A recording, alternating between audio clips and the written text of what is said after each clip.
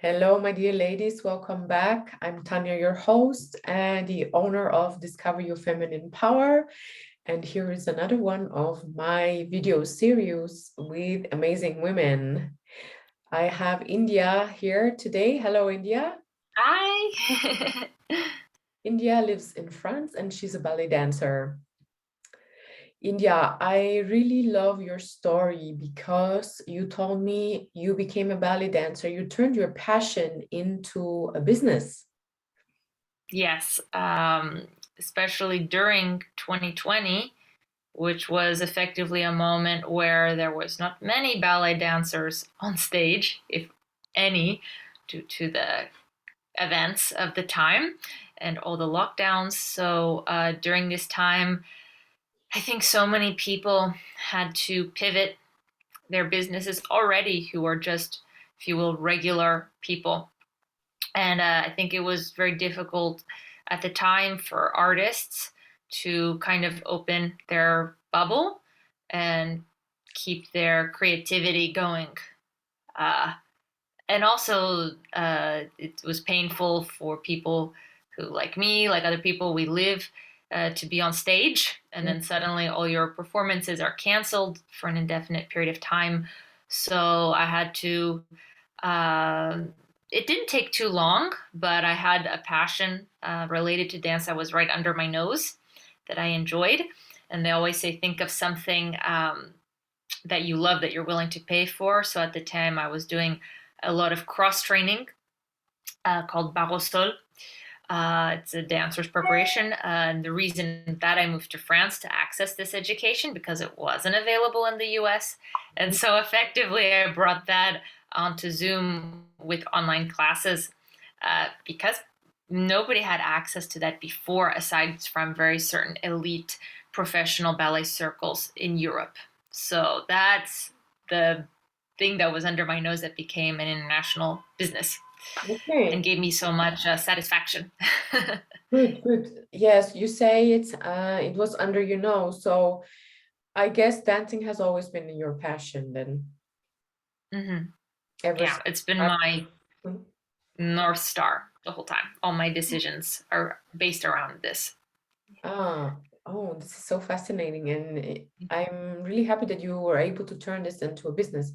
So, but have you started in 2020 or already before? And what exactly changed? Naturally, without really trying, I was sought out before in a very much more informal circumstances. So in Paris, I remember I had come home. It was quite fun. I had just finished some performances of Swan Lake. Then I came home back to Paris, where I'm based, and a neighbor of ours who is an actress, she came to me and she's a pretty established actress, and she said, Juliette Binoche and all these other actresses, they do this barre au sol. It's floor bar in English, and her teacher goes on the set, and it's really great, and you get the dancer posture, and I would really like that. Do you know it? And I can guarantee you, without being arrogant, that I know this real Barroso better than the coach of humor because I learned it authentically from the real creators and their predecessors, antecessors after. So it started this way. So I started giving private lessons Mhm. um, in people's homes in the very end of 2019. And this is how it developed, and I really enjoyed it. It was interesting for me because I never really taught. And of course, from there, I thought that I would sort of informally do it on Zoom. But what took over was those few people I had worked with personally in Paris. They're not so into Visio, and Zoom was new. We thought it was going to be a 2 weeks thing, the lockdown, but the people in America were totally interested. And this is to this day, I have the same clients as March 2020. Yeah, Yeah, amazing. Great. yeah, yeah. Did they come naturally? Did this develop naturally? What was your thoughts? What were your thoughts when the first lockdown happened? How did you Oh slowly well, warm into of this? course, when the first lockdown happened, I mean, the first couple days of it, I was pretty devastated, because I was just about to do some new performances and I was very excited about that. And so I was very upset. I felt like everything was on pause. And this is an identity and a way of thinking that all dancers had, this devastation. But some of us pivoted and some of us kept this devastation for 2 whole years in their kitchen, sitting and waiting for it to be over. This is one attitude some dancers took. And then there was another, you can say, half of dancers who decided to use this time effectively. And so I was upset, and I was working with Natalia Kubilkina, and I was like, I can't do my performances. And she was like, which I love about her, she's so direct. She was like, okay, so what? Like, go online, like, teach something, you know? And so she's like, so what? So I'm really happy. She really helped me snap out of it right then and there. And so, because many people took a lot of time to scramble and get it together and come to terms with it, but Natalia, she provides a lot of marathons, and I thought this would be an interesting format because, as you know, in the West, people don't really do marathons. And so I thought, oh well, I can do, instead of everyone's doing online subscription classes, let me do something different. Let me, for especially the method that I want to teach and the way the information should be transmitted, it's not just a generic class. Nobody knows it, so I have to really go from the beginning. And I said, let me make a marathon. And it'll be during the entire time of the presumed 6-week lockdown. So I made a marathon. Wow. And these people are still with me today. And this was natural. It came from friends that I knew, people that I knew from kindergarten, people out of the woodwork. And from there, they told their friends. It was a lot of work, though. Of course, I was up till 2 a.m. But how to say, the doing is brought to you. When it's meant to be, you have these tasks that you feel that you must do, but it's a sense of calling. So, of course, there was no sort of a doubt or, I don't know, frustration. It was very like you felt that you were pressed and pushed to do something from a force that's not really your own, So, yeah, put in a lot of work, but it kind of happened. It was like you go in the flow, literally. It's like you go in a heavy river current, and you do have to swim a little bit to stay afloat, but you go with the flow, and it's taking you the right direction. So, yeah. Mm-hmm. This is amazing. Wow. You made a marathon. You actually give me good ideas as well. Marathons are great. I love this format. It's really one of my favorites. Yeah, you snap out really quickly and you see very fast results in this format. Yeah. Wow. So you managed to overcome so easily. Well, it was great. I was ahead of the curve. But it was work, of course. I'm sure. Yeah. Mm-hmm. Yeah. But it was great because even from a marketing and just pure business perspective, the months or the weeks or it was a matter of days that I had to put this together. The days and even maybe a week or two that I had to spend to scramble to create a marathon and create and get new clients and stuff. In this time, many people were still wallowing. And those people who wallowed, eventually they came up with their own programs and pivoted, and that was great. But I got to do it a little bit earlier, and that creates a different momentum, So it was good timing. Amazing. Yeah. Nice story. You said that many of your colleagues that also couldn't dance anymore, they kind of lost their identity because they couldn't dance anymore. Absolutely. I think so many artists identify with their profession because they think it's a little bit different than having a career job, so in general, it's best not to so much identify with what you're doing. We often do that even if you're in a high level career. And then even more so, this sort of the mask and the face gets more closer together when you're an artist. First of all, number one, I am an artist. and all those type of things that has to be implied. Well, I'm an artist, so I must be poor. I'm Yeah. an artist, so I must suffer. I'm an artist, so I don't need to mature in life, you know. And I can make unwise choices because I'm an artist, so I'm erratic. So anyway, yeah, many artists, um, or artists who can't really dance or act, or in their homes. Of course, it was such a crisis. What I'm going to do with that. But you have to remember that before, there was a time that you were a person even before you started dancing, even if that meant you were a child. So that's, I think, always, I think, so important to remember, even coming out of uh, more of these pandemic years, that you're a person first, and then after, you are, because also eventually you your career ends.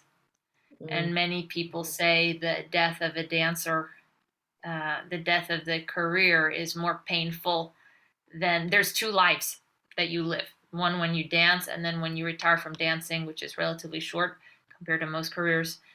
Then there's the life after, and obviously the death of the dance career is more painful than actually dying. And then what, I'm supposed to be 40 and live the rest of my life as a zombie? That's kind of young to think that your life has no meaning. Or I'm supposed to be a bad ballet teacher because this is the only thing I know how to do. For me, this is not interesting. And this is not, absolutely not a life I want to live. And even when I was younger in New York, I always, in a weird way, wanted more. I wanted to have a full life. And not everybody would agree with that. You're not allowed to. Not allowed to have a full life as a dancer. Not really. Back in the day, especially way back in the 60s, 70s, 80s, before, you were supposed to be almost like a nun and just only devote your time to dance, of course, and only be with dancers, and only, all that kind of stuff. But even because I was in New York and I was a teenager already with my career. So I obviously wanted to go out, I had fun, and after the rehearsal, and it's hard when you work 6 days a week and you only have Sunday off Yeah. to have a full life, of course, especially like on Broadway and stuff. So that was always something that I remember, that I wanted to have some freedom. I wanted to have freedom and choice, which is not something that is paired with a ballet dancer, really, in the real professional terms. Yeah, yeah, yeah. And that's interesting that you say that. You're supposed to be endlessly devoted 150% of your time, and you have no other life. But in actuality, once your artistic career is over, or let's say once you say the dance career is over, you move into something else, and that can be equally fruitful, maybe as a teacher or. Yeah, there are some people, that's the thing. There are some people who are really meant to be teachers, who love it, who gives them as much fulfillment. But there's so many people who they just teach just because, and you know, because that's the only thing they can do. And doesn't mean that they're a good teacher, doesn't mean that they want to teach. And that's kind of sad to see. As you can imagine, I've seen some of that. And that's absolutely not something I want to do. I don't want to, yeah, I don't want my life to be over at 40, my life's fulfillment. So that brings it all back to, with your question, this identity thing, which is already, when we go into different subjects and topics and even manifestation and stuff like that, that's already something to clarify your identity and what you're attached to. This is already an illusion. Yeah, So, yeah, and it keeps changing. I notice once you turn 40 or after 40, it just it gets better and better. Life gets better and better, and there's so much more to discover and so much more to upgrade. And as you said, pivot, upgrade, and there's an endless upgrade. That's what life is for me. yeah. So that would be a shame to cut all that off, Mhm, to mhm. be mentally closed off at 40 to new experiences. And going back to this, in the pandemic, to close yourself off. I knew so many people, also a lot of people quit dance because then the reality sets in that they don't want to be unhappy. So that was very, I think, very empowered choices for many dancers who were like, listen, I don't really love this anymore. And having time away, being myself, being treated like a human being, you know, or rather not being abused by people in the work environment. It's not worth it to me anymore. I choose me first as a human, and after as an artist, it doesn't interest me anymore. So that was really interesting, surprising retirements came out of the blue, but I thought that was very honest. I thought it was very brave. And there are people who made all sorts of businesses on the side who really use their time really wisely, and it was really fascinating. And guess what, now things are opened up for the moment, it just means that your life is bigger. And so it's a wonderful discovery to have a more fulfilled life, more bigger, if you will, expanded life situation, than just to sit on your in your chair and your couch and just, you know, stamp your feet, not accept and stay. As I had seen, I saw people in their kitchens for years, very unhappy, waiting for things to open up. Yeah. And this is just an attitude of mental plasticity, you know? Well, today's society teaches you to always expect something from the outside to come and rescue you or to solve your problems or be responsible for what's inside. Yeah. You are responsible to give me that flu from yesterday because we sat next to each other at the party, right? But Mm-hmm. when in actuality, it's all coming from the inside. Mm-hmm. Mhm. Yeah, no, exactly. So that was, I think, a big lesson for everybody during those real or true March 2020 confinements. Mhm. Mhm. Yeah, So it yeah, was a big awakening for many people, yeah, and it's good. Yeah, it's whether we liked it or not, but some of us, you know, accept it. So anyway, yeah. I think for me, 2020 was also the best thing ever happened, and I know many other people as well. You mentioned before something about freedom. So your business gives you the freedom to decide how many days yes, a week you want to work, and I yes, totally agree. Um, isn't that what a woman should strive for, to have this freedom and not be a slave? Like, or not go the masculine way and be a go work for a wage, unless for some people this might be the way, the option, but the ultimate freedom is that you can do what you want and what you love and you make money from it. yeah, absolutely. This is, I mean, I have to really remind myself how lucky I am to have this lifestyle, and and I like it. I'm very used to it. I don't think I, to be entirely honest, I mean, I'm going now to dance different places, but I honestly, if I thought about when I started my career in the super traditional way in New York and in the beginning in Paris, I'm not sure if the corporate structure, because we have our own ballet versions of corporate structures, really worked for me. I like freedom. I like freedom. I like to be free with my time. I like to relax. That way, I am pretty feminine. I don't like to work in 8 hours a day, and even in the different entrepreneur and business models that I see, with a lot of people that I've met since 2020 virtually,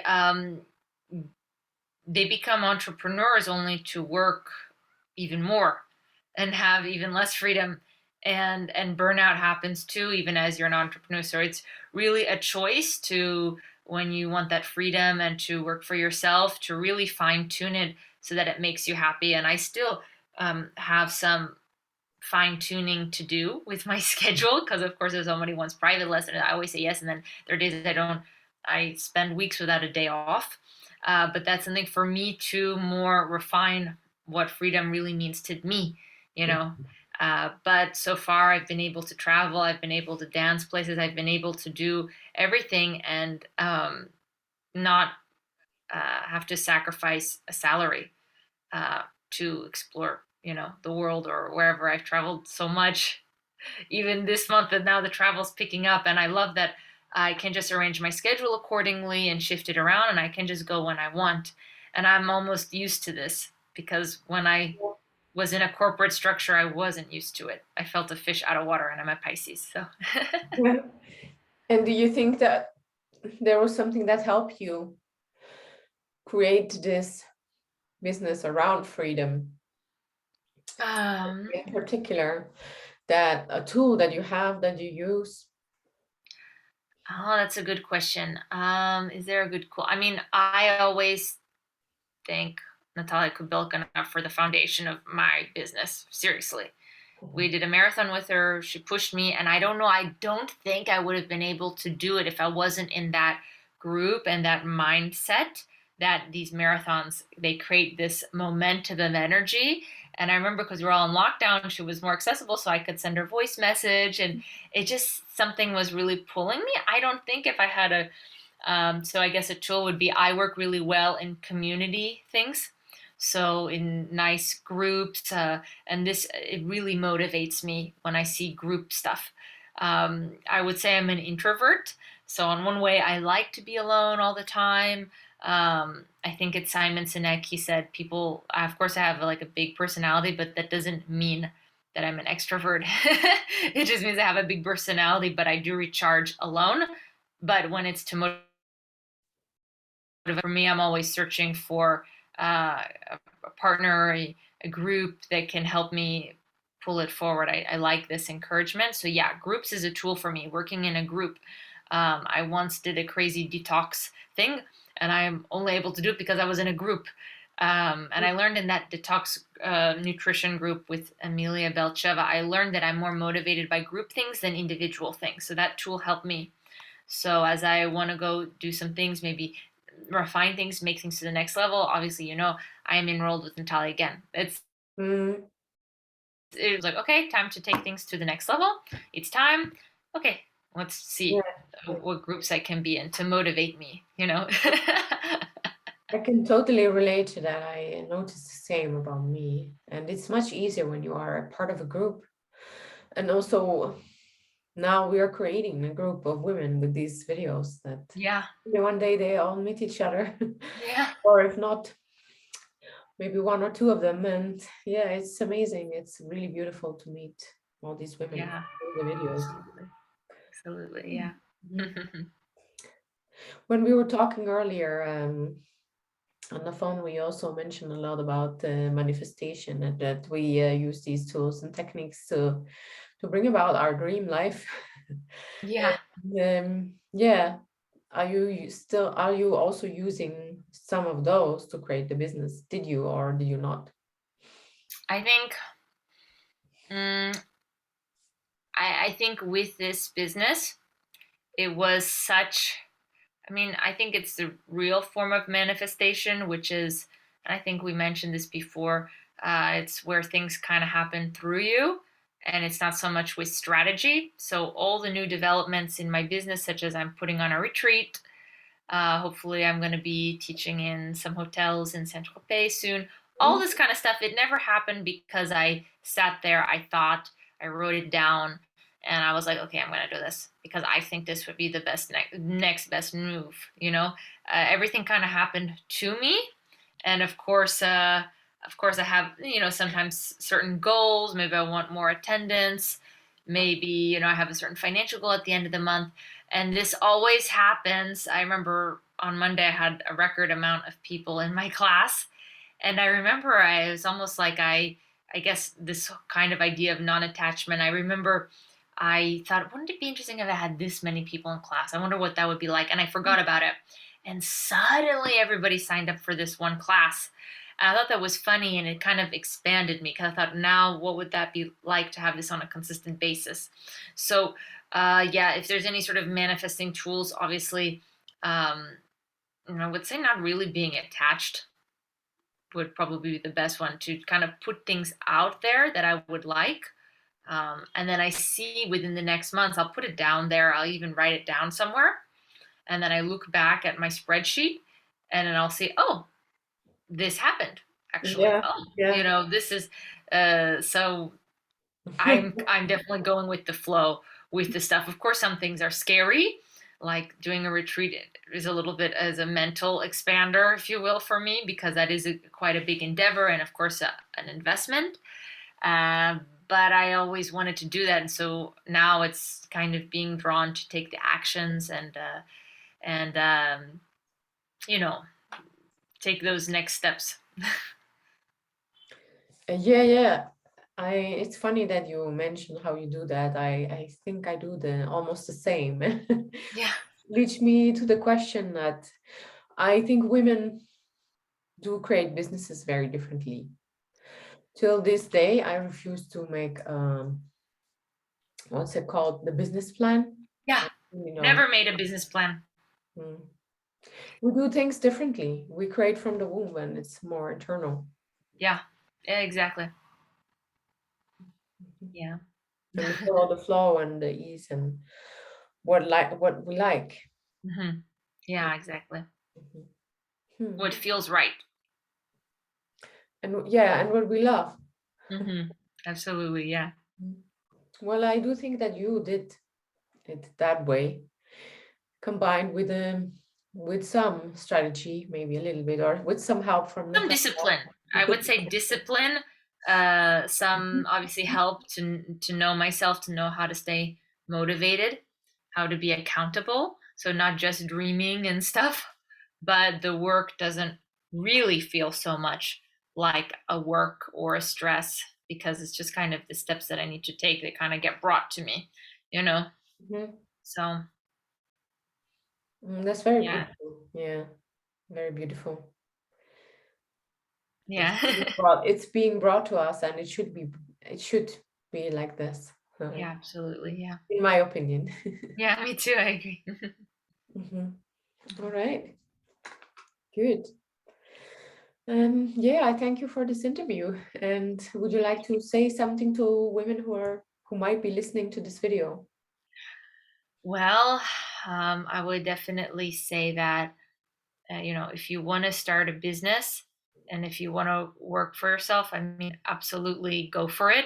And I would say, um, if it's meant to be, it's meant to be. And you will know when it's the right time because you're going to be in a sort of flow. Yeah.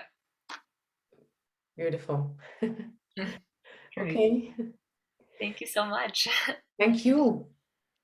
I will put all the links below so you can find India in case you want to learn dancing as well. And you can find her on Instagram and we'll link her website as well. What's your Instagram name? It's India M Rose. That's Okay, it so all if someone together. wants Yeah. to go immediately and click, they can just Yeah. go there. Yeah. Oh, okay. Great. Thank you and have a nice evening. You too. Bye, India. Bye. Namaste. Bye.